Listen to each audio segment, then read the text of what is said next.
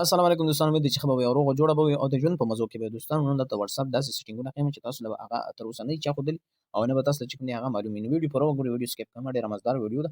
د دې نه به تاسو ډېره مزداره فایده واخلي. که تر اوسه تاسو زموږ چینل نه سبسکرایب کړی نو سبسکرایب یې کړئ او که زموږ پیج تاسو فالو کړی نه نو فالو یې کړئ، ځکه چې باندې تاسو نه هیڅ نه دي او دغه شان خوندورې او ګټورې او معلوماتي ویډیوګانې به تاسو ته زموږ د پیج او چینل څخه ملاویږي. موږ راځو الریډي واتساپ له اول سیټینګ نه دا ښیم، که تاسو خیال کړي نو بره چې کوم دی موږ له څوک میسج وکړي نو موږ الریډي چې کوم دی په سکرین باندې نوټیفیکیشن شو شي. موږ له چا شو کېږي نو موږ دا غواړو چې دا څنګه موږ آف مطلب ختم کړو او که چا دا مطلب دا پته نه چې موږ دا څنګه ختم کړو او مطلب چې دا پته نه چې موږ دا څنګه کولاو کو بند شوی دي نو هغه هم ټوله طریقه زه تاسو ته په نننۍ ویډیو کې ښیم. نو موږ راځو الریډي چې کله د یو چا آی ډي چې کوم دی موږ کلیک کړو بره تاسو ته دغه نشان ښکاري په دې ځای باندې به تاسو کلیک کړئ. کله چې تاسو کلیک کړئ لږ لاندې به لاړ شئ، دلته تاسو لیکلي نوټیفیکیشن. کله چې تاسو داسې کړئ نو دا چې کوم دی آن شو. اوس به تعالی نوټیفیکیشن کوم دی راځي.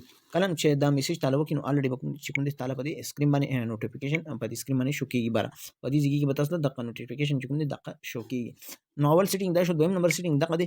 کله چې تاسو ته یو څوک ویډیو او مطلب فوټو راولېږي او هغه الریډي چې کوم دی تاسو د ګیلرۍ ته سیو شي نو دغه طریقه هم زه درته ښیم. ګورئ دا ماته نوټیفیکیشن راغلی نو دغه شان نوټیفیکیشن به تاسو ته راځي د واتساپ نه. نو دغه تاسو بندول غواړئ نو ډېره ایزي او اسانه طریقه ده. دغه نوټیفیکیشن چې کوم دی هغه آف کړئ، آن کړئ او داسې آف کړئ.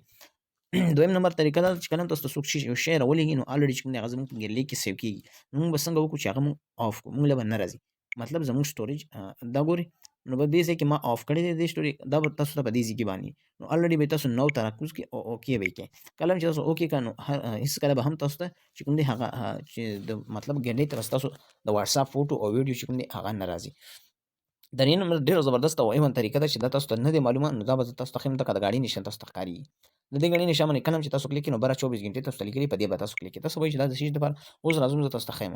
کله چې تاسو میسج یو چا له کوئ مثلا دې کس له تاسو میسج وکړئ های ورته ولیکئ نو دا به په 24 غنټو کې د دې سړي نه چې کوم دی غیب شي. هلته ما ولیکل په 24 غنټو کې چې کوم دی د دې سړي نه به دغه میسج غیبېږي.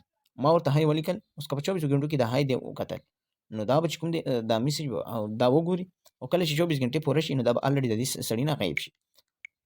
او که تاسو وایئ چې نه 24 غنټې خو ډېر زیات ټایم دی نو الریډي زه تاسو ته دا طریقه هم ښیم.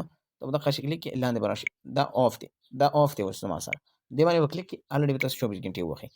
24 غنټې 7 دن او 90 دن چې دا کله تاسو ووهئ نو 90 دن پورې به کوم دی چې ستا میسج چې کوم دی یو سړي لا پروت وي د 90 دنه پس به هغه میسج الریډي چې کوم دی هغه ختمېږي او بل چې کوم دی 7 دن او بل چې کوم دی 24 غنټو نو کوم هم چې تاسو کوئ نو زه خو فی الحال آف کوم.